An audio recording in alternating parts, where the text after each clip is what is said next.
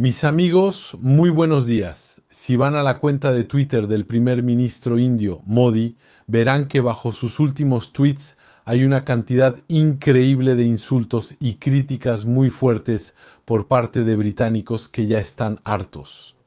Una noticia cayó como una bomba hoy, un acuerdo entre la India y el Reino Unido, un acuerdo con términos absolutamente asombrosos. Ningún país, ni siquiera hablo de un país soberano en el sentido soberanista, hablo simplemente de un país con un mínimo de soberanía, firmaría un acuerdo así. Es una traición, y es una traición más, y ahora prácticamente se ha vuelto algo cotidiano hoy en día. Cuando vives en este país, cada vez que llega una noticia nueva dices, no puede ser, leí mal, entendí mal, escuché mal, y aún así, así es. Estamos en lo que se dice lo increíble pero cierto, así que les cuento.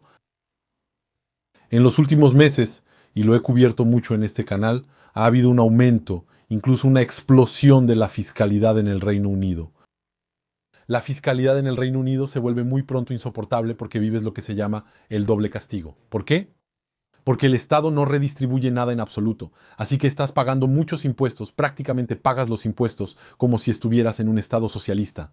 Pero por otro lado, todos los servicios públicos que pagas los vas a pagar a precio completo, como si estuvieras en una jungla capitalista. Entonces, en realidad eso te da un doble castigo. Solo para darte un ejemplo, supongamos que vives a 25 minutos media hora de Londres y necesitas ir a trabajar allá, entonces compras un abono de tren.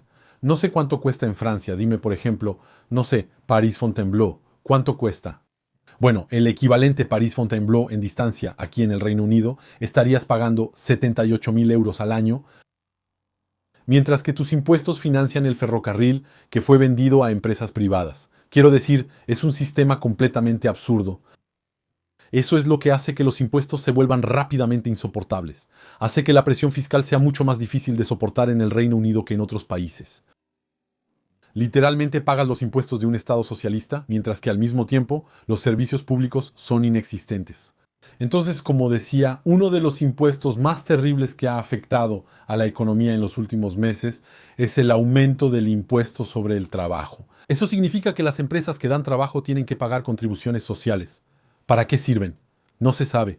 Ni siquiera hay seguro de desempleo en este país.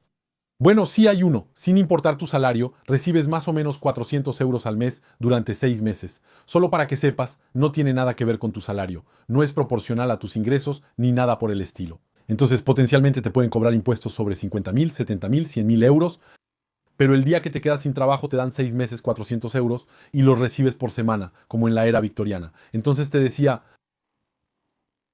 es un impuesto sobre el trabajo que ha hecho que la mano de obra británica sea tan caro que hoy en día muchas compañías dicen despedimos, deslocalizamos o bien congelamos las contrataciones porque en este punto ya no es posible, en este punto ya no se puede trabajar.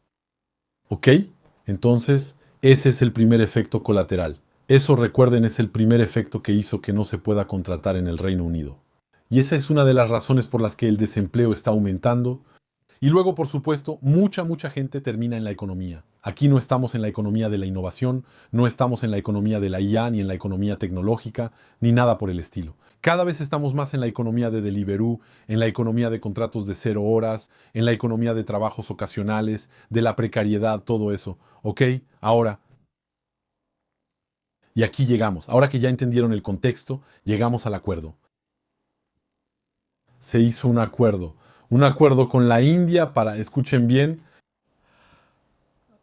entonces el acuerdo sobre el papel es un acuerdo económico, ok, pero cuando lees el texto incluye una sección de inmigración. ¿Será posible para las empresas en el Reino Unido traer trabajadores indios y estar exentas durante 3 años de pagar cuotas de seguridad social por los trabajadores indios? Esa es la idea. Entonces, ¿qué significa eso? Eso significa que tenemos un país con más de 60 millones de habitantes, el Reino Unido, que abre su inmigración a un país de más de 1.000 millones de habitantes. Diciendo, aquí está, ustedes vienen, ustedes los traen, hasta 3 años, cero contribución social. Entonces, en realidad, lo que va a pasar es que las compañías preferirán traer gente de la India porque cuesta menos reclutarlos que a los británicos. Ya cuestan menos porque hay una presión a la baja sobre los salarios, eso está claro. Entonces, la gente que traen de lejos siempre está dispuesta a venir al Reino Unido y aceptar un recorte enorme en el salario. Así que esa es ya la primera capa. Esa es la capa clásica que conocemos, la que siempre ha funcionado. Pero hoy en día se crea un incentivo para los empleadores diciéndoles, solo tienen que traer gente de la India y durante 3 años no paguen cuotas de seguridad social. Entonces, para tratar de engañar al enemigo, les dijeron, ustedes pagan una cantidad, pero es una cantidad pequeña, el equivalente a unos cientos de euros en el momento en que solicitan su visa. Ellos pagan una pequeña cantidad de unos cientos de euros como pago total y definitivo. Entonces, en realidad, ni siquiera estamos hablando de igualdad, porque saben que hemos creado un sistema donde hay igualdad ante la justicia en este país. Hoy en día hay una desigualdad ante los impuestos, una desigualdad laboral, y siempre esa desigualdad en perjuicio de los locales es absolutamente increíble. Conozco muchos países donde han estallado revoluciones por mucho menos que esto. Pero aquí, bueno, como decía Margaret Thatcher, no hay sociedad. Entonces la gente observa y luego se va a quejar, va a ir a gritarle a Modi en su cuenta de X y luego ahí se va a quedar. Desigualdad. Así que esa es un poco la voilà, noticia que es completamente impactante hoy en día. Y bueno, vamos a ver en qué termina esto. Pero lo que dicen los políticos británicos que están de acuerdo con esto, dicen, pero chicos, chicos, dejen de quejarse, porque hicimos un acuerdo que es bilateral. Los británicos que quisieran ir a trabajar a la India, ellos también durante 3 años no pagarían las aportaciones a la seguridad social en la India. Así que les dejo apreciar el lado humorístico de la declaración, ¿no? O el lado cínico, si lo prefieren. ¿Cuántas personas del Reino Unido irán a la India a trabajar? ¿Van a emigrar a la India para ir a trabajar allá? Entonces es cierto que hoy quizá alguien dirá sí, pero hoy eso no tiene sentido. Pero dentro de algunos años quizá será interesante poder emigrar a la India para trabajar cuando uno vive en el Reino Unido. Hay que saber en el Reino Unido, por ejemplo, la RCPCA, ¿cómo se llama eso en Francia?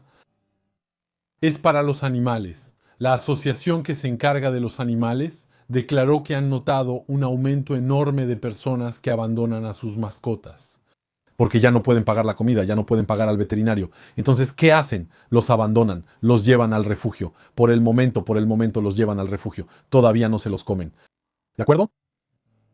Para darte solo un ejemplo, en 2008 cuando ves la evolución de los salarios promedio, por ejemplo, en el Reino Unido y en Estados Unidos, en 2008 en el Reino Unido estábamos entre un 30 y un 40% mejor pagados que los estadounidenses. En esa época, cuando iba a Estados Unidos, sentía que llegaba a un país del tercer mundo. Rentaba el Ford Mustang GT, reservaba una suite de 200 metros cuadrados, etc. Realmente no era caro. Cuando tenías la libra esterlina y estabas bien pagado, llegabas a Estados Unidos y francamente era pan comido. Hoy en día los estadounidenses ganan en promedio un 50% más que los británicos. Los salarios británicos se han estancado, mientras que los salarios estadounidenses literalmente se han disparado. Hoy en día un salario de 6 cifras en Estados Unidos es algo que prácticamente todos tienen. ¿Ves a qué me refiero? Mientras tanto nosotros nos hemos estancado. Para dar otro ejemplo, en los años 60 y 70, cuando Singapur obtuvo su independencia, el salario promedio en Singapur era la cuarta parte del Reino Unido. Era un 75% inferior al del Reino Unido. Hoy en día, los salarios en Singapur son casi el doble que los salarios británicos. Han superado los salarios británicos por mucho. Así que realmente estamos en un país que está estancado porque es saqueado constantemente, constantemente, una población que sufre constantemente el doble castigo. Siempre, siempre, siempre te saquean de todos lados y no te dejan ninguna escapatoria. Entonces, ahí lo tienen amigos. En el último video, cuando lo hice, hubo personas que dijeron, sí, vas a favorecer a los eurogagas. Yo había criticado el Brexit diciendo que fue un fracaso total.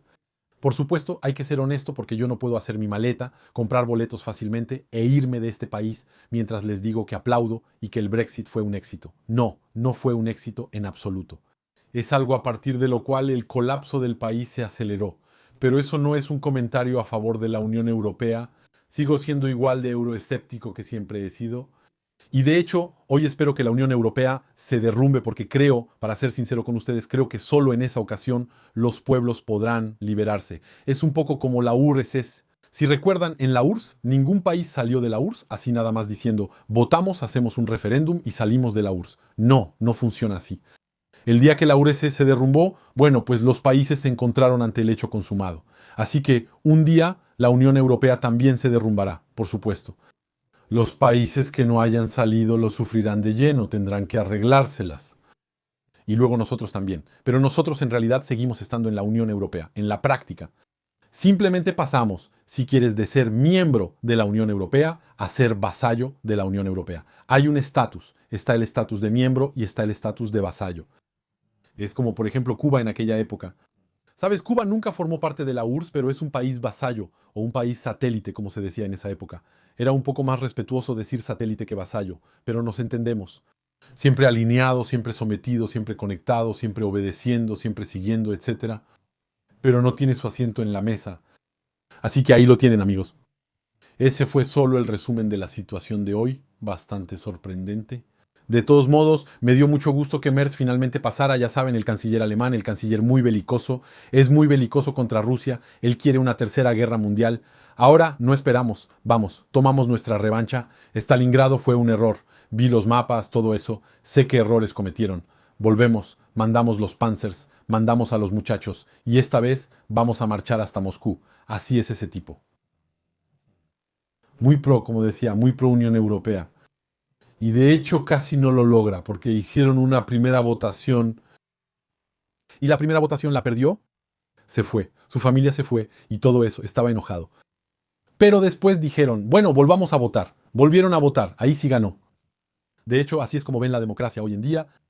Tienes un resultado que ya está definido, tú votas. Si lo consigues, está bien. Si no lo consigues, vuelves a votar, vuelves a votar, vuelves a votar, como dicen en los libros de cocina, hasta obtener el efecto deseado. Entonces, ahí está, mezclas hasta que la masa tenga tal o cual consistencia. Así que, consistencia. Entonces, lo que haces con respecto a Merz, bueno, haces votar, volver a votar, hasta que, bueno, hasta que pase. Y luego, una vez que pasa, ¿qué hacemos?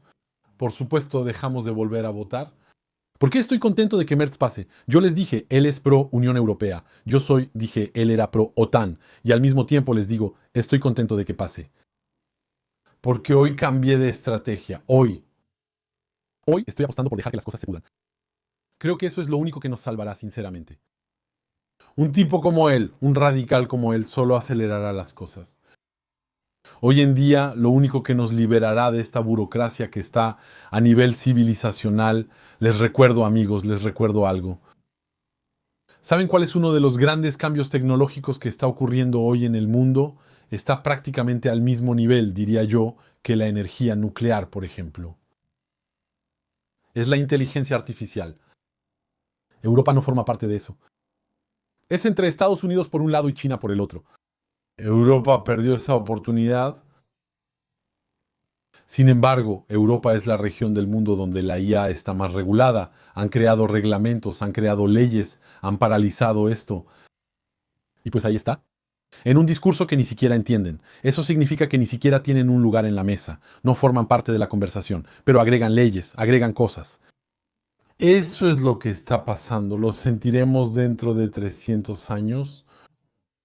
Soy objetivo. Que los daños que causamos hoy no podremos simplemente decidir un día que si nos equivocamos lo recuperamos. No. El día que abramos los ojos, el día que este sistema colapse, estaremos tan atrasados que pues ya lo sufriremos. Es como África que está atrasada en comparación con Europa, por ejemplo.